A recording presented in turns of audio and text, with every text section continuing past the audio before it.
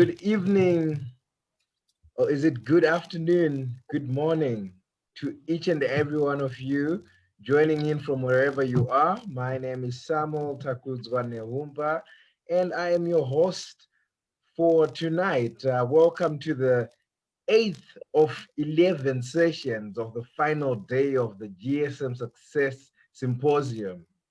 Thank you, Melene. I can see you uploading. Yes, it really has been jam-packed. It's been jam-packed since Friday. I mean, today is Sunday. And today alone, this is the 8th session. And we still have 3 more to go after this. So it's really been a ride. So good evening again, good afternoon.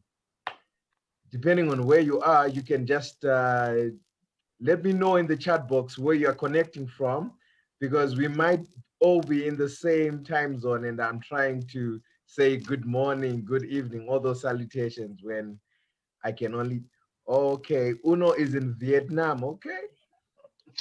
Wow, how is Vietnam? All right,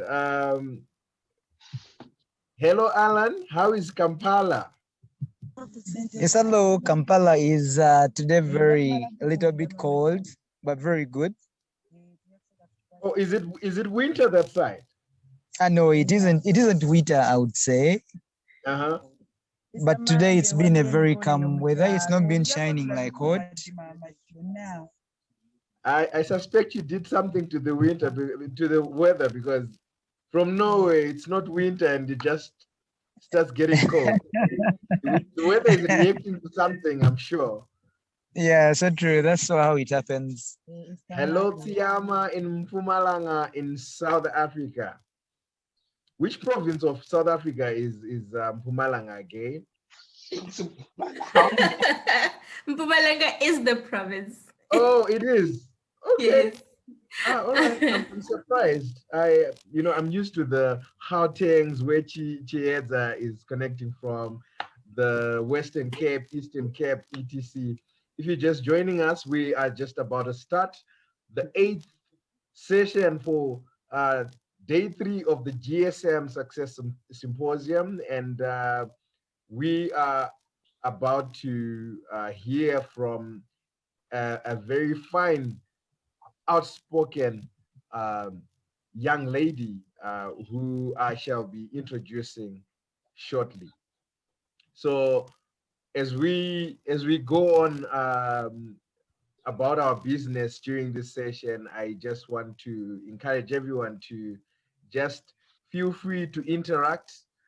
You can use the chat box for everything and anything. Tell us how you're feeling, give us the reactions. You are free to give an applause only when I ask you to. Thank you. You have to unmute your mic and then you can upload when I ask you to. But please, when I do ask you, be gracious enough to give the round of applause. And now, to begin our session, I would like to introduce our speaker. She is an internationally recognized gender and human rights activist, a global award winner, a public speaker, moderator, facilitator, strategist, and consultant. You can see she wears so many hats, and she is an attorney by profession with 13 years experience in the private, government, and non-government sectors. She graduated from the University of the Western Cape with a Bachelor of Laws and Master of Laws, specializing in the area of public and constitutional law. She has served in respected offices such as the Constitutional Court of South Africa, Western Cape High Court, the Presidency of South Africa, and 2 national government ministries. Ladies and gentlemen, in 2017, she co-founded Women Lead Movement and currently serves as the executive director of the organization. In 2020, the Women Lead Movement established another office in Madagascar to build on its Pan-African vision for the movement.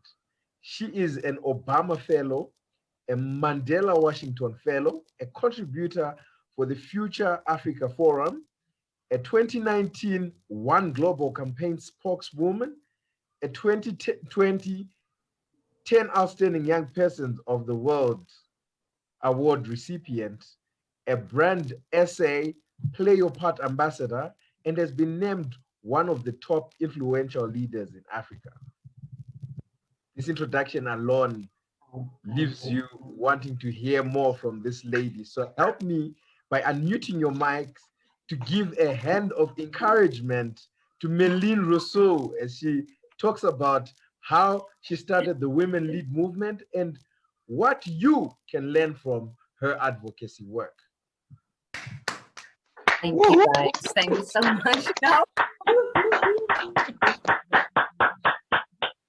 Thank you so much, Samuel. I really appreciate it. I don't know how I fell from the grace, but to get to this point where I am now, I always feel very awkward when my bio is read, because sometimes, you know, it feels as if you live two parallel lives. You know, you achieve all these things, but yet, you know, and the people always see the victory and the achievements, but they don't see what happens in the back room. And hopefully today I'll be able to give you guys a bit more insight into, you know, the establishment or the formation of Women Lead movement, the challenges obviously that we faced over the last 3.5 years.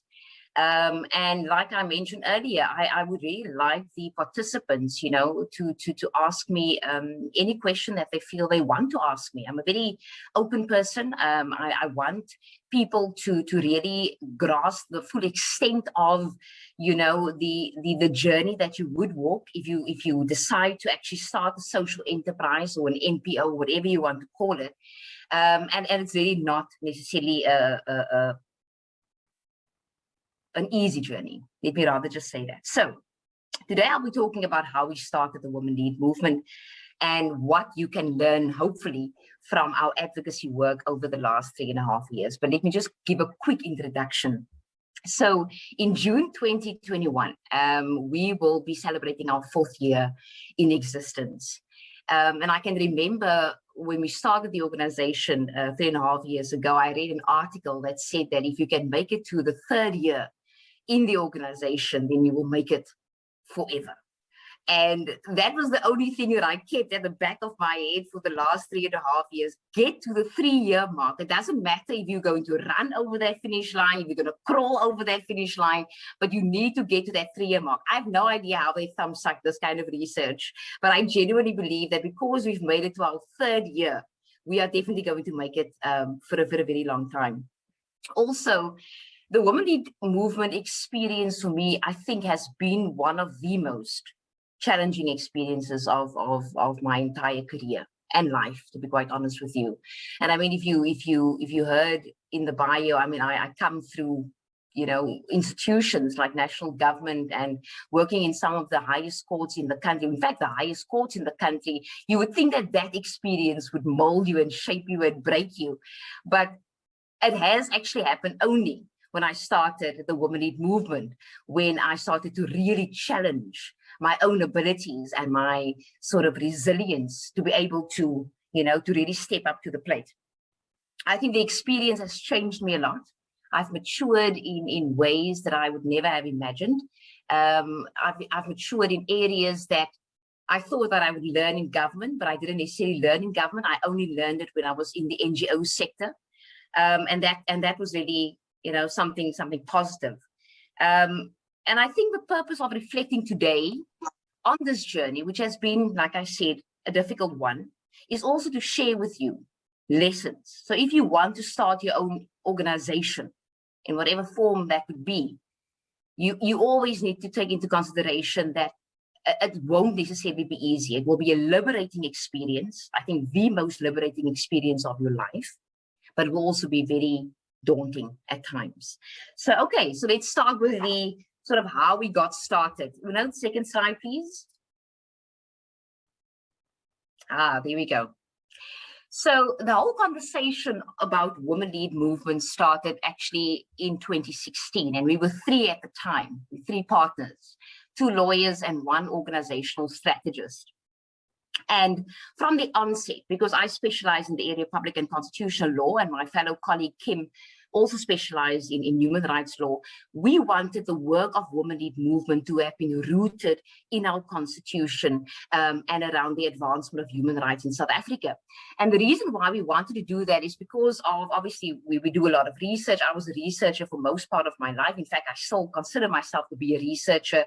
It was regarding a statistic that we found that 50% of South Africans, even in the, I think at that time it was 24, 25 years into democracy, still didn't know about the constitution. They didn't understand the concept of democracy. They didn't know how to enforce their human rights. They didn't know how to be active and participatory citizens in South Africa. And we believe that if people don't understand the constitution or understood what democracy is or the principles of democracy, then that would automatically lead to massive erosion of democracy, because there will be no checks and balances. There's no accountability, you know, and the citizens couldn't hold the government accountable because they didn't know how to. And that was really the fundamental basis on which where we started the Women Lead Movement. It was around that specific issue. It was only in 2017, around June, that we actually registered the entity. And obviously there was a lot of excitement around the registration part of it, but I genuinely don't think that we realized the extent of what we were committing to, and how this organization, I'm going to say organization because we actually shifted. Our name was Women Lead Movement, but we didn't think that we would ever be a movement per se, you know, that we always just thought that we were going to be an organization. But over the last 3 years, we sort of morphed into a movement, which is beautiful. And I'll talk a bit about that later on. We didn't know how this organization was going to evolve. We didn't know what to expect. None of us has ever been in the NGO sector, but yet we were very excited that we finally registered this entity, and we are going to now hopefully make some form of impact in society. From the onset, we were clear. There were 3 areas that we wanted to work in, and that never shifted. In fact, it still remains the same today. And that was gender equality, it was community development, and of course, the advancement of human rights. The how part was really the difficult part, because we knew what we wanted to do. We just didn't know how we were going to do it. And I think as first steps, that was going to be a very critical component of the sort of evolution of Women Lead Movement. Next slide, please, Udo.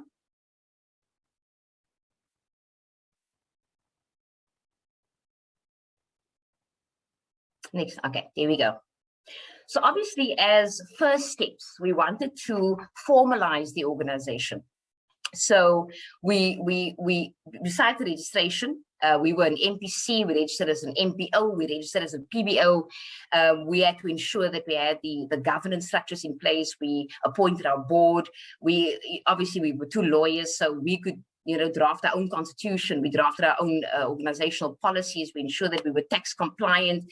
And getting all those things in place was very, very important, because that obviously gave us a lot of legitimacy. And we wanted the legitimacy first, the legal sort of compliance components right. Then we got the help of a very reputable company in to help us define our sort of organizational strategy. You know, what is our vision? What is our mission? Our short, medium, and long-term goals and our activities. But I have to be honest with you that, you know, out of the 3 of us, I am the one that is much more flexible. I don't necessarily subscribe to rules very easily. So you can put a vision down, you can put a mission down, you can put organizational goals and strategies down. I would still do my own thing because I sort of work on instinct. And it was really, I think that was the first test for me, was to really start, you know, complying with, you know, this is what we want to do, and aligning myself to the goals and objectives of the organization. But it also changed. Our initial goals and objectives changed slightly, because obviously we had to do a lot of research. And I think that is a very critical component when you start an organization, is to do research on the sector, the work that you want to do, to see, you know, what kind of organizations is operating in the space, what is the trends, the opportunities, and the gaps. And because we needed to understand the new landscape that we found ourselves in. Another very critical component as a first step was to build our brand and to build a reputation. And we had to build that reputation from the ground up. We had no assistance from anyone outside. We had no money, and I'll talk about that. And we had no contacts. Although I worked in very senior positions in government, I made a conscious decision to move away from that space and not necessarily ask people or ask in a favor from someone that I knew. And I really wanted to do this, fresh with no assistance at all. And I think that really sort of just added to some of the challenges that we faced later on. So the first few months was very exciting. Obviously, it's like having a new baby. You just registered the organization, you have a strategy, you have a vision, compliance is perfect, you're ready to go. But we didn't realize that, it was actually going to become a bit more difficult as time progressed, because we didn't do any work yet. We only laid the foundation for this entity, this organization that we wanted to do work under. But the real work was really about to commence. And it was at that step when we sort of moved over from the formalization of the organization into doing the actual work, where we found ourselves into a lot of challenges with some aspects. And I'll talk about that a bit now. The next slide, please. Okay. So almost immediately after we formalized the organizations, we got into some serious challenges, and really there's no preparation, no research, no strategy that will prepare you for some of those challenges. Let's go back quickly. Can we go back quickly to the challenges? Thank you. There's nothing that prepares you for the challenges that you will face in this organization. The first thing was the capacity and the resources. So human and financial resources was the biggest challenge that we faced from the onset. We had no external financing for one reason, and that was predominantly because we were a young organization, we were unknown, and most of the funding applications that we tried said, no, you needed at least 3 years experience, or you had to exist at least for 3 years, etc. And we didn't have that. So what I did was I invested most of my savings that I had at the time, because I left my formal employment. So obviously there was some money that came from there. I sold off one of my houses in order to fund the organization at the time. So for the first year and a half, the organization operated predominantly from savings that I invested within the organization. But I did that gladly, because even at that time, because you invested yourself, you left your formal job, you are now 100% committed to this cause, and I was willing to do and give anything of me to ensure that this organization is successful. So the human and the financial components was really challenging. Then out of the 3 partners initially, we were only 2 that worked full-time in Women Lead Movement. I left my job, the one partner didn't leave her job, so we were 2 in the first year, and in the second year we went from 2 to 1, and that one person was myself. So I was full-time in the organization. The partners were still around, but they were more temporarily involved in the business of the organization. And so I had to get consultants, I had to pay consultants as well as volunteers to assist me in the execution of our strategy, which was a bit of a challenge. Then, so that was more internally. Externally, we ran into quite a few bad characters in the industry. And I think that was very traumatizing for me, because before I went into the NGO space, I really thought that it was a very uplifting, very empowering space to be in. There's good people, in the space, because why? They should be good because they're helping people, But unfortunately, that is not the case. And there were people that genuinely exploited the organization. They wanted more from us than what they were willing to invest in the organization. And we met with some people, and still do today, that genuinely did not want to see us succeed at all cost. And that obviously shifted my perception entirely regarding the NPO's space. We also experienced intellectual property theft, which was traumatizing to the extent that these were big organizations, and they had the money to implement some of our ideas that we've shared with them confidentially, of course, because we wanted funding from them at the time. And they took some of these ideas and they implemented those ideas because they had the money to do so. And obviously we didn't have money to go to court and to fight, IP. They implemented our ideas to a large extent, which wasn't quite successful. And I'll tell you why it wasn't successful. It's because the ideas didn't originate from them. These were woman-led movement ideas and initiatives. It originated from us and from our sort of, our intellectual abilities. And they couldn't implement it in the way that it should have been implemented. So that was sort of, the winning on that side. But genuinely, it was just a terrible experience. And as much as these things were happening, we still had to continue with or without funding to implement these activities, because we needed to build a reputation for ourselves. We needed to build a track record for ourselves, because we were relatively unknown. No one knew who we were. And what was very critical for us in that 2 years was to prove that the kind of work that we as Women-led Movement started to embark on was work that was necessary, that was relevant, and that was impactful. So we had to balance the whole situation of not having money, but still having to implement the programs in order to build a track record. So when we have the track record, eventually we could apply for funding and then do the work on a broader scale. So all those things were sort of challenges, especially for me, because there was a time, I think for a whole year, where I did not necessarily get a salary. I did not earn a single cent. Everything that I did was voluntary. And it was because of my passion and my drive, my commitment towards the organization predominantly. And I think that the disappointing part was that my two partners, unfortunately, they're still with me to a large extent, supporting me, etc., but that they didn't necessarily share that vision of investing themselves or immersing themselves in the work of Women-led Movement.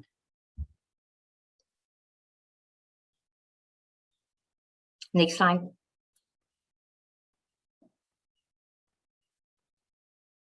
Some of our achievements. Okay. So yes, we had a lot of adversaries. We still do in the sector. But one thing they underestimated about, I think, initially the three of us, was our intellect and our depth and our passion and our commitment to what we have set out for ourselves. They thought that because they were not going to invest in the organization, that the organization would automatically, a whole year without a salary. It was tough. So most of the concepts that they tried to take from the Women-led Movement, and they tried to replicate those things, didn't succeed at all. And even with our no budget, we still managed to implement it because it's our ideas. It was unique. We knew exactly how we wanted to implement it, and we knew that, the kind of impact that we wanted to see. And so, them underestimating us and our abilities was, I think, their biggest mistake, first of all. Then also one of our achievements was in the first 2 years, we managed to reach thousands of people. And this is I normally say 2,000 to 3,000, but it was definitely much more than that. There were times when we went, because we predominantly work in disadvantaged communities and schools. Our schools alone was thousands of youngsters at a time.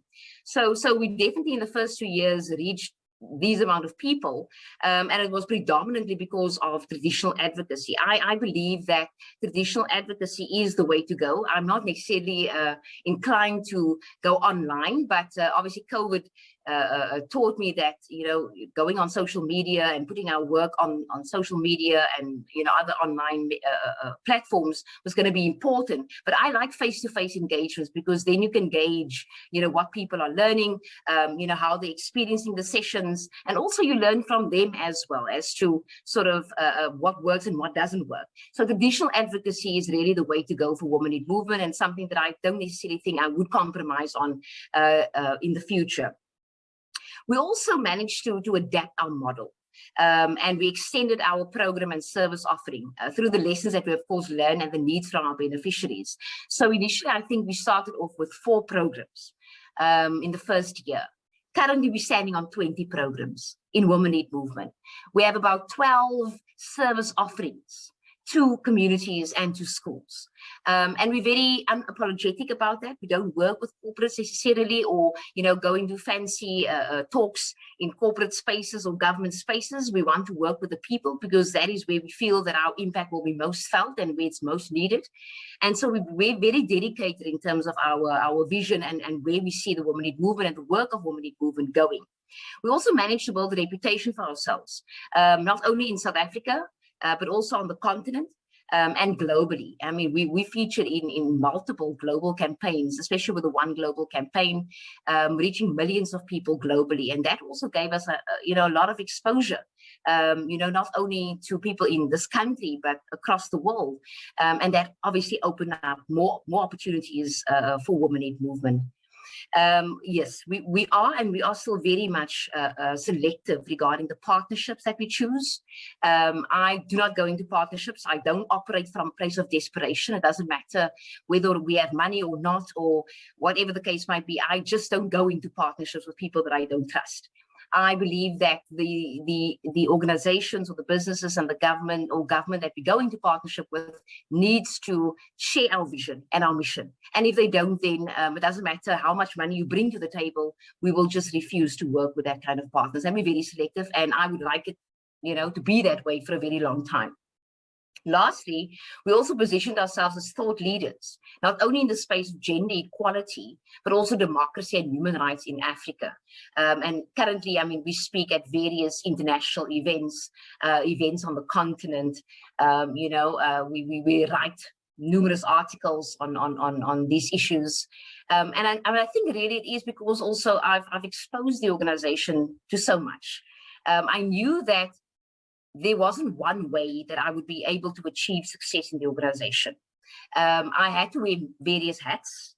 I had to play various roles within the organization in order to get us some exposure out there. And it's because of that exposure that Women Lead Movement ultimately got exposure. And in the last 3.5 years, I must be honest with you, I mean, we've achieved phenomenal success, which obviously made our adversaries a bit upset because they genuinely thought that we were not going to make it far, but we have, and we are really growing in momentum, you know, continuously. Next slide, please. So 10 WLM advocacy lessons that I would like to share with all of you. I mean, these are just 10, there's so many, but these are like the critical things that I want to share with you. Number one is that communication is going to be very, very key. When you do the kind of work that we do, you need to be very clear that not only you understand the cause, but the people that you want to impact understand your cause. You need to be clear and concise in your messaging, and you must be able to use various forms of media, whether it's print media, television, radio, you know, social media, etc., to tell your story, to reach your public, to reach the targeted beneficiaries. And so, as much as I love traditional means, and that's face-to-face with my with the beneficiaries, I understand that if I want to reach more people and I want more people to know about Women Lead Movement, I needed to put myself out there. And a lot of people think that I find it easy, or that I enjoy to be on television or radio. I hate it. It's actually terrible. But I unfortunately, it comes with a package, you know, because you are the leader of an organization or leader of a movement. You need to be confident, and you need to be able to speak on whatever platform is given to you at that, you know, time. And you need to obviously communicate what you stand for very clearly, so that people are not confused as to, you know, what you're actually doing. The second thing is the persistence and the passion. And one thing that I'm told, and I think Sam also mentioned that, is just we love your passion and your energy. And I mean, it's so bizarre because there's times when I'm genuinely very tired. But every time that I speak about Women Lead Movement, doesn't matter on which platform, whether in South Africa, somewhere in Africa, or globally, I speak with so much passion because I genuinely believe in the cause. I believe in the work that we do. And what I've noticed about the followers of Women Lead Movement is that they follow the organization and, you know, obviously indirectly me, because they like people that inspire and encourage them. And so if you can convince them to believe in something, they will believe it. You know, they don't like the negativity because there's so much negativity going on in the world. They are seeking for leaders that, you know, that brings hope, that motivates, that empowers. And that is the kind of people that they would want to follow. So the persistence and the passion is very, very important. If you don't have that, you can, be guaranteed of the fact that they are not going to not only not believe in your cause, but believe in you as the leader of that organization. And then thirdly, you need to be adaptable. So we all have a vision and we have a plan. And sometimes I have to be honest with you, I can also be very rigid in my approach. But this experience has humbled me so much in the extent that although I have a vision in mind and I have a plan as to how I would like to execute it, there's many ways that you can achieve the vision and the plan. So you need to be open to be adaptable to ideas that other people bring. Like I said there, there's many ways to scale a wall. There are many ways to scale a wall, but you need to be open to hear from different people as to how to scale that wall, because you don't have all the answers. And things change so quickly within the space that you need to be able to adapt to the changing circumstances all the time. If you don't have that flexibility, it's not going to work at all. You are definitely going to sink and not swim. The collaboration, I mentioned that earlier, nothing great has ever been achieved on your own. And I genuinely believe that, but I'm still very selective as to the people that I bring into the organization and the people that I partner with in order to make the objectives of the organization a reality. The skills and the knowledge and the abilities of others helps the organization to grow and to also gain legitimacy, and not only for the organization, but also the people. And so I join forces with other organizations. I do join forces with the government.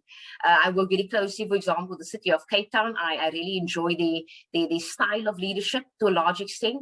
And then also particular businesses like Sanlam has just recently also got on board, and various other organizations. But again, it's not only about the money. I am the kind of person that would put money aside if it's not aligned to what the Women Lead Movement stands for. Then, fifthly, listen to your beneficiaries. This is a very important one. In fact, this is more important than listening to your funders. I would listen to my beneficiaries more than I would listen to my funders, because sometimes the funders can be ridiculous in their expectations. The kind of work that we do is social impact. And what we want to see is social change over years, not necessarily in 1 year. And what funders sometimes want is that, they want you to do gender-based violence, training, and then they expect, a total mind shift from people in 6 months. How do you change a mindset in 6 months for something that they've learned for many, many years? So I tend to be defiant many a times to what the funders want. And I think that's probably the reason why they don't necessarily always want to invest. But for me, the beneficiaries are most important. They will tell me what works and what don't work. And once they tell me what works and what doesn't work, I apply it. I don't even ask questions, because one of our programs that we have in the organization is what we call community dialogues and community action plans. And it's not based on what I tell the people, as if this is your problem, so this should be your solution. No, you tell me what your problem is, and you also tell me what your solution is. The fact that we have taken away the agency of people over the years has, I think, crippled our democracy.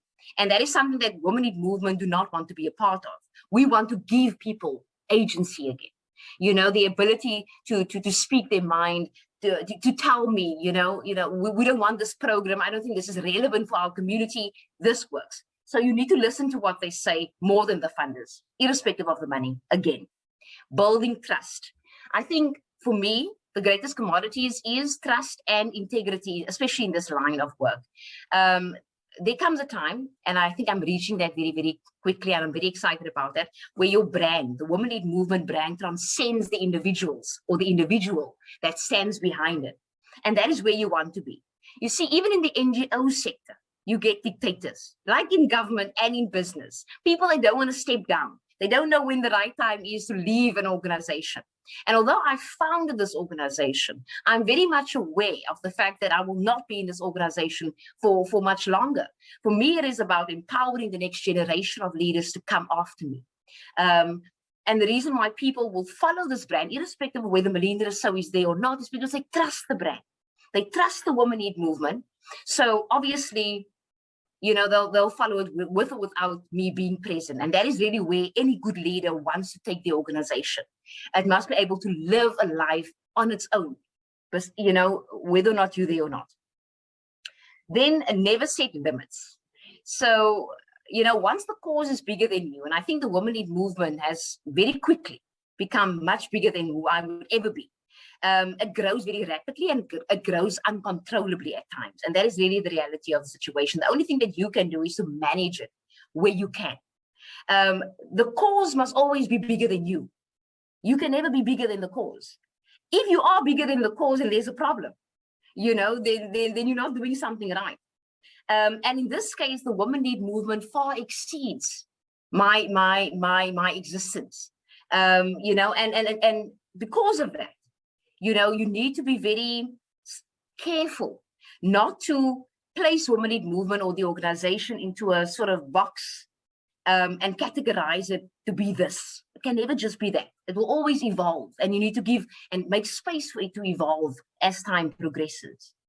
Then have courage. I mean, I thought that I always had courage, but I only learned courage when I stepped into the organization and I had to really start standing up and speaking out on issues, whether, you know, it was uncomfortable, and there was many times that it wasn't comfortable. I mean, I have been in situations where there would be presidents in the space, there would be like influence, like people with influence in a room where I would speak, and I would speak out against them in particular and still be okay with it. It was nerve-wracking right at the beginning, but I think that also allowed me allowed my following to grow massively, because people love people with courage. They love people that speak out when it's not favorable to do so. And that was one thing that I brought. And I'm very proud of that, because I don't think I've become a very fearless person. I genuinely have become very fearless because of this organization. So it wasn't only what I invested in the organization, but what the organization has taught me, you know, and I'm very proud of that one particular aspect. And that is something that I think, you know, everyone should learn from. Cultivating with purpose. I think, and like I've mentioned, the beauty of being driven by purpose is that you become deliberate in the steps that you take, and you become protective. You don't allow everyone into the space. This is not free for all here, you know. You become protective of what you do. You're very strategic.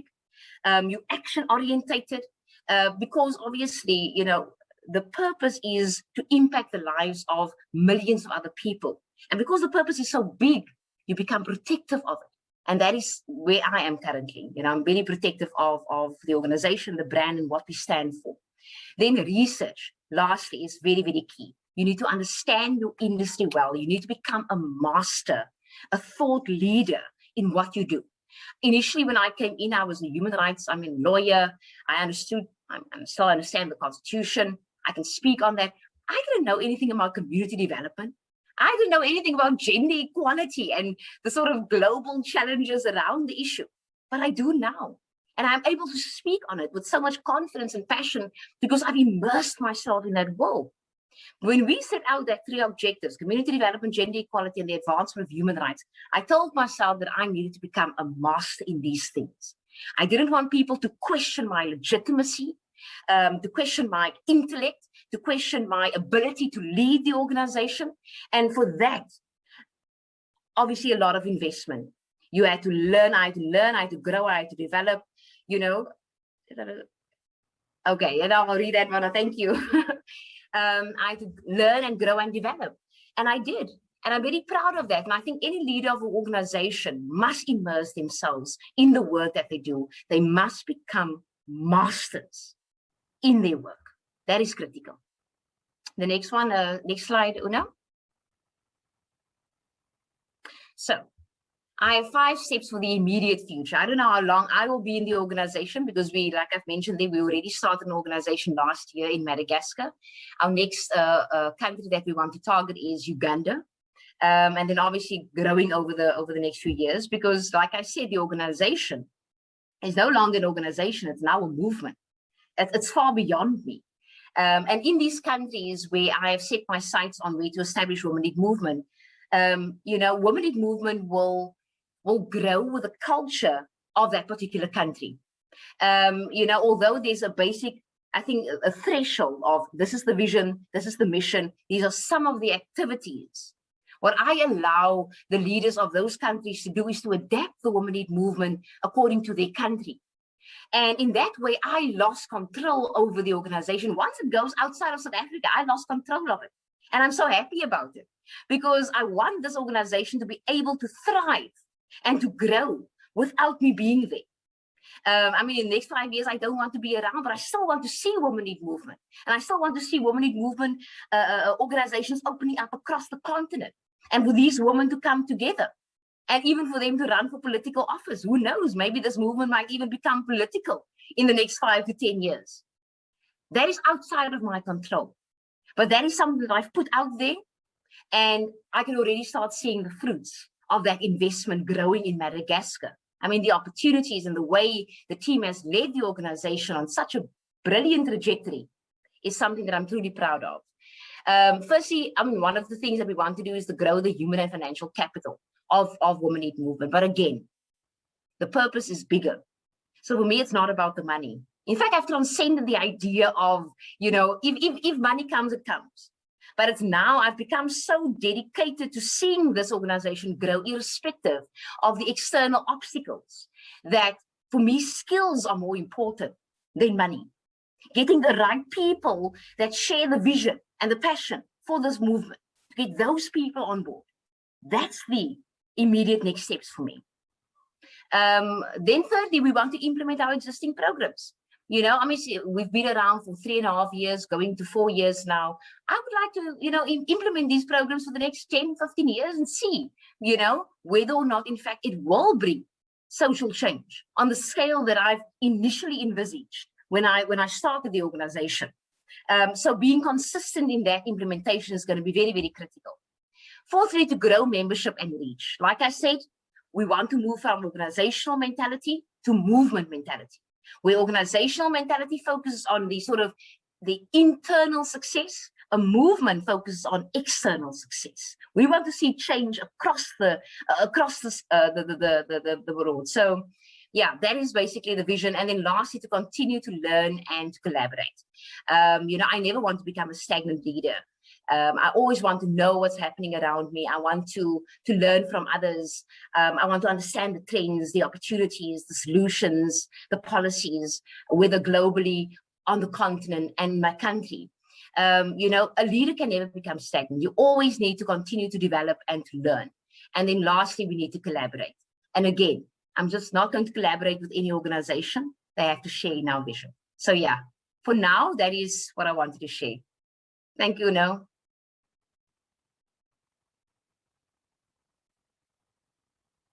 Okay. Oh, wow. Just like I said, you are going to leave us eating from your palms, literally eating, feeding from your palms. And you did justice to that. Ladies and gentlemen, please help me give a round of applause for our speaker, and just unmute your mics so that we can do justice to this.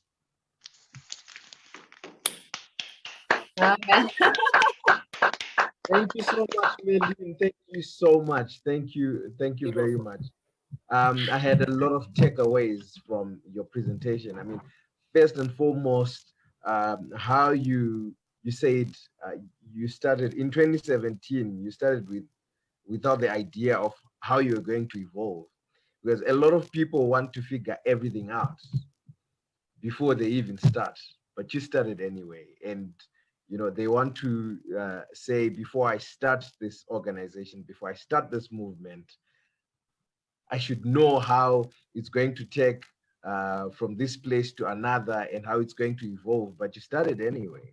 And I mainly loved the part where you said you should listen to beneficiaries, how you'd rather listen to the people who are actually benefiting from what your movement is doing, as opposed to giving priority of the listening to the funders. It's who you are impacting that matters, not necessarily the enablers. So that actually stood out for me, and the issue of having to build trust and see this organization outgrow you and continue beyond your own existence. And I also loved the issue of how you're courageous. People love people with courage, and that is why we have so many leaders. Even if you look at our history in our nations, those people had courage. People like you, Melene, people that are people that people want to follow. People love people like you. So that stood out for me. There's a whole lot that I took out from your presentation, and I could just mention those few. In the chat box, we also had some activity going on, and Uno was surprised that she had to take a whole year without a salary. I was surprised as well. I cannot do 2 months. You did a whole year. Kudos to you for that. And Zanele said, so many entrepreneurs do something very similar. It says a lot about your commitment to the organization and its success. And Tiamo said that, wow, I don't work with people that I can't trust and not sure whether they share the same values as my organization. No matter how much money they bring to the table. She was quoting you. You said that, and really, I think I've also said something like that. And then we have a question that came from Tiamo again. She says, I know you haven't stepped down as the leader yet, but just emphasized you'll do so at the right time. I want to know what kind of plans you've put in place for when you step down in order to ensure the sustainable or successful succession of the movement, especially because it is your baby. You'll do anything to see it not die. What would you say to that, Melene?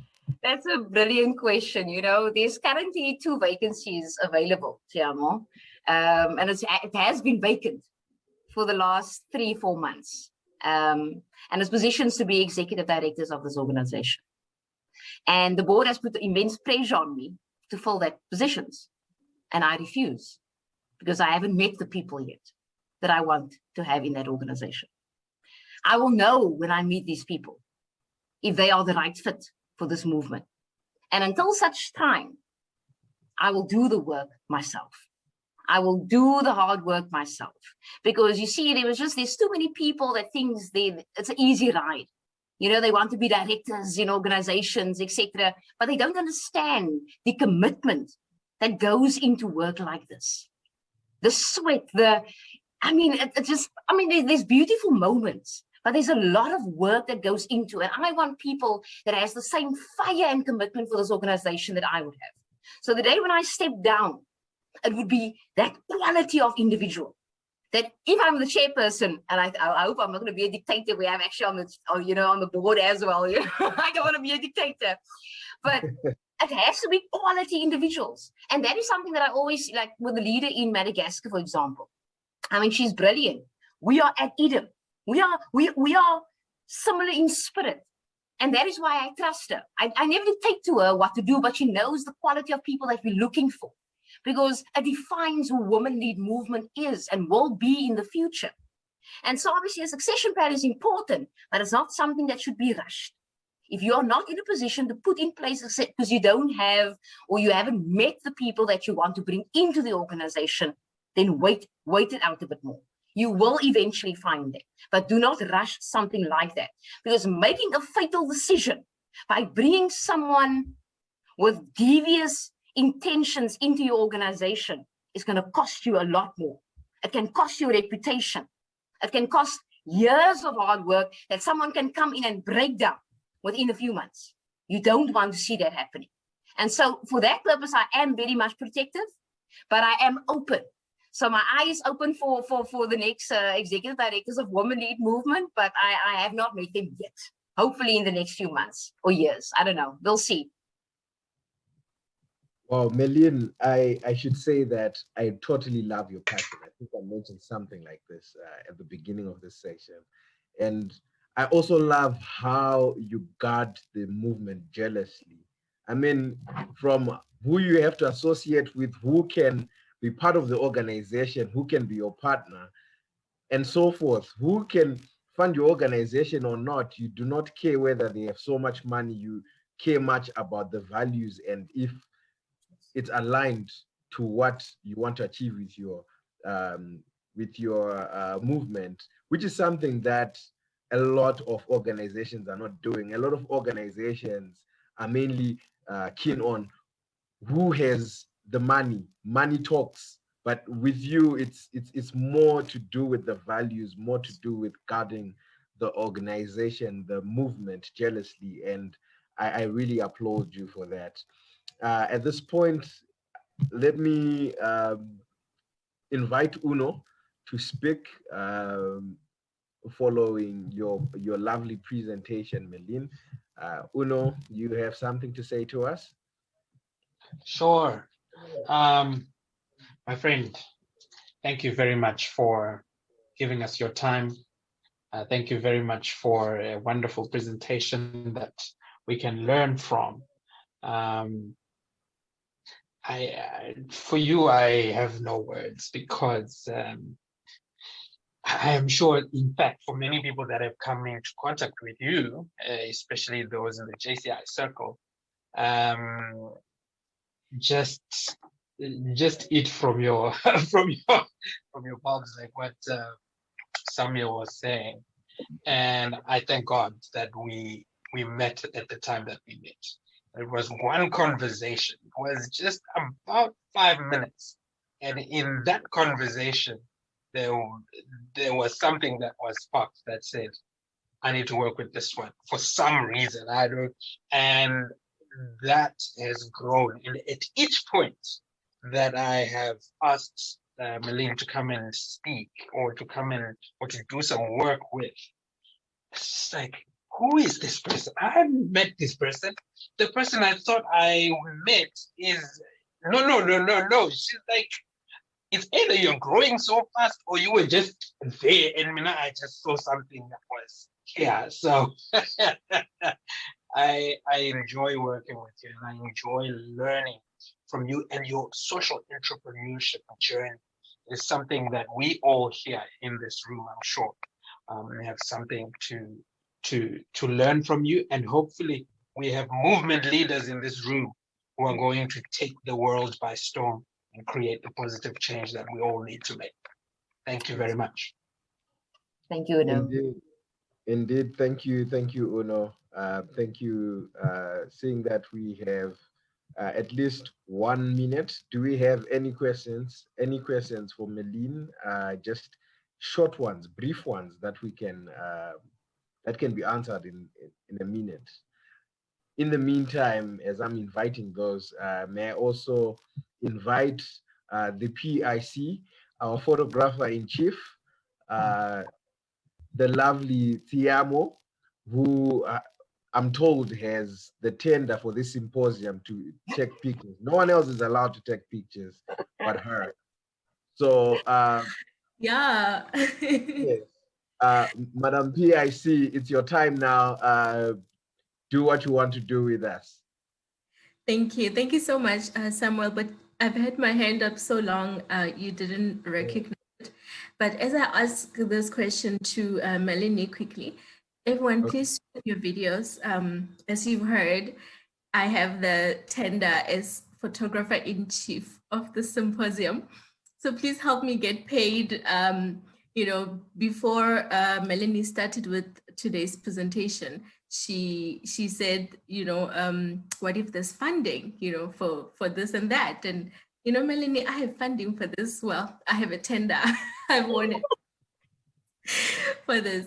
But my question, my follow-up question to what I asked about the session is, what kind of leader are you looking for, and what are some of the quality traits that the lady in Madagascar has, which is what was like, this is this for me? So if you can just mention or sum up those for us. Okay, 2 things. humility in spirit, and a teachable spirit. That's the most important thing. You must be willing to want to learn. You will never know everything. I cannot work with people that are arrogant, that think they know everything, because I don't know everything. So if you do not have a teachable spirit, we cannot work together. You will never know everything. And that is what the lady in Madagascar has that I love. She knows what her strengths are. She knows what her weaknesses are. She's willing to work on those weaknesses. So that's the one thing. Also a leader that can do introspection. I like honest people. You cannot be honest and say that you're an honest person if you can't be honest with yourself about your own weaknesses. You can't. So introspection and someone that is able to criticize themselves, that's the kind of person that I'm looking for, without me having to point out anything. That's important to have that kind of people around you, because people will trust you then. They will trust your integrity because you're not perfect. You don't pretend to be perfect, and you're willing to learn and unlearn certain things. That's the kind of leader that I'm looking for.